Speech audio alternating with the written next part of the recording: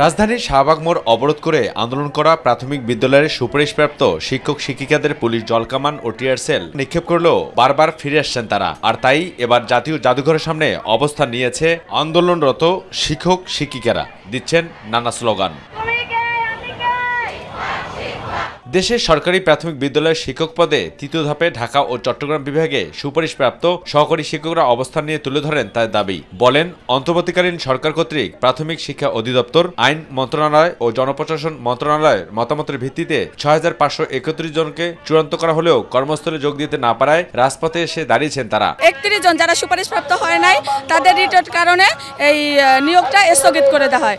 যদি আদালত থেকে আমাদেরকে পুনর্বহাল না করে আমরা হয় এখানে সবাই কেউ আমাদেরকে গুলি করা লাগবে না, আমরা নিজেরাই আত্মহুতি দিব।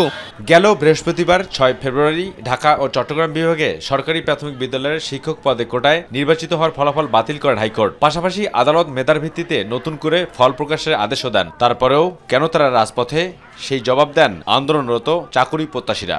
এখন নিয়োগ বাতিল করে দিবে, এটা কোন ধরনের অন্যায়? যতদিন পর্যন্ত নিয়োগপত্র না দিবে তার পরিবর্তে আমাদের যদি জীবন নেয় তাও আমরা জীবন দিতে রাজি। কেন এই বৈষম্য, কেন এই সরকারের আমলে আবার আমাদের রেজাল্ট বাতিল করা হলো? তবে আন্দোলনকারীদের ভাষ্য, তাদের নিয়োগ বাতিল করে যে রায় দেওয়া হয়েছে সেটি বৈষম্যমূলক। বর্তমান সরকার তাদের নিয়োগের সুপারিশ করে আবার তা বাতিল করেছে, আর তাই কঠোর আন্দোলনের হুঁশিয়ারি দেন তারা। আপনারা যদি মনে করেন শুধু রাজপথে চিল্লাচিল্লি করার জন্য আর স্লোগান দেওয়ার জন্য আমরা এখানে এসেছি, তাহলে আপনাদের ভুল ধারণা। নির্ভরযোগ্য কোনো আশ্বস্ততা না পাই তাহলে আমরা আমাদের আন্দোলন কঠোরতম ভাবে ঘোষণা করব।